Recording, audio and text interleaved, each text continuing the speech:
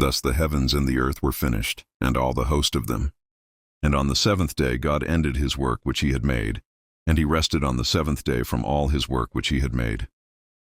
And God blessed the seventh day, and sanctified it, because that in it he had rested from all his work which God created and made.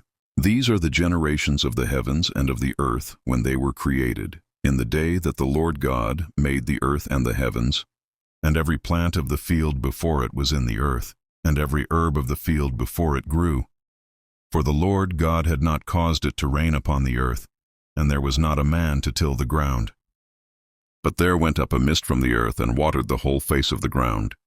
And the Lord God formed man of the dust of the ground, and breathed into his nostrils the breath of life, and man became a living soul. And the Lord God planted a garden eastward in Eden, and there he put the man whom he had formed. And out of the ground made the Lord God to grow every tree that is pleasant to the sight, and good for food, the tree of life also in the midst of the garden, and the tree of knowledge of good and evil.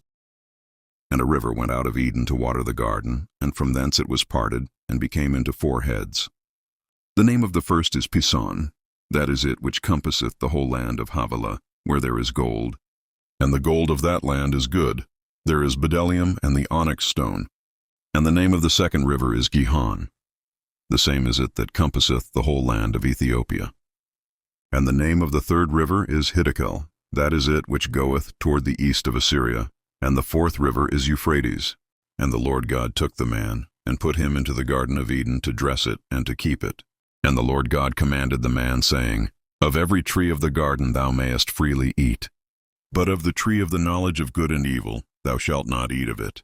For in the day that thou eatest thereof thou shalt surely die. And the Lord God said, It is not good that the man should be alone. I will make him an helpmeet for him. And out of the ground the Lord God formed every beast of the field, and every fowl of the air, and brought them unto Adam to see what he would call them.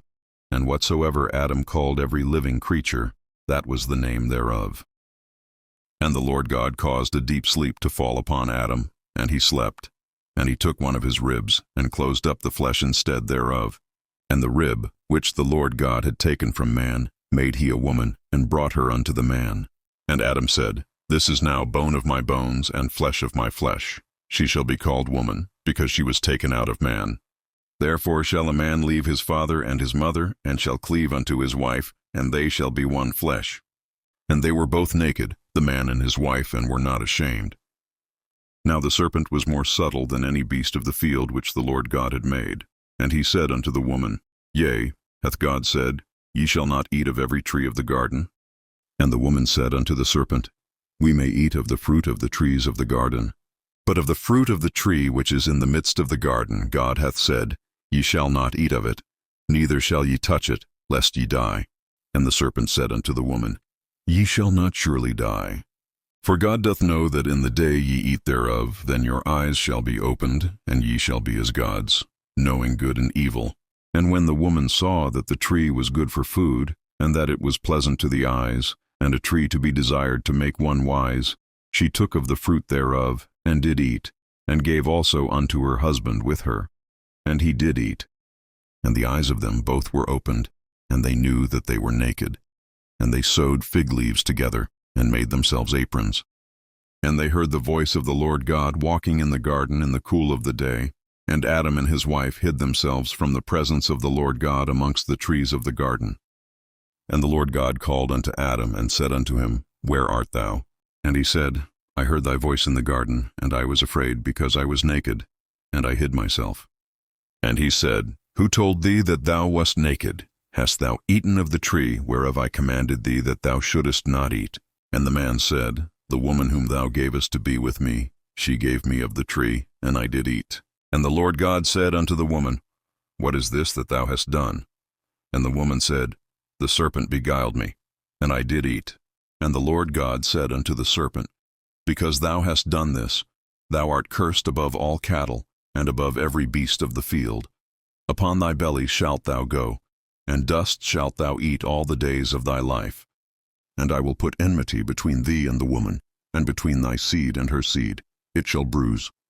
Unto the woman he said, I will greatly multiply thy sorrow and thy conception. In sorrow thou shalt bring forth children, and thy desire shall be to thy husband, and he shall rule over thee. And unto Adam he said, Because thou hast hearkened unto the voice of thy wife, and hast eaten of the tree of which I commanded thee, saying, Thou shalt not eat of it. Cursed is the ground for thy sake. In sorrow shalt thou eat of it all the days of thy life. Thorns also and thistles shall it bring forth to thee, and thou shalt eat the herb of the field. In the sweat of thy face shalt thou eat bread, till thou return unto the ground. For out of it wast thou taken, for dust thou art, and unto dust shalt thou return.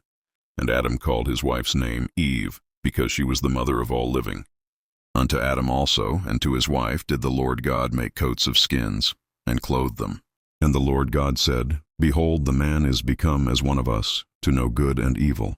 And now, lest he put forth his hand, and take also of the tree of life, and eat, and live forever. Therefore the Lord God sent him forth from the Garden of Eden, to till the ground from whence he was taken. So he drove out the man, and he placed at the east of the Garden of Eden cherubims, and a flaming sword which turned every way to keep the way of the tree of life.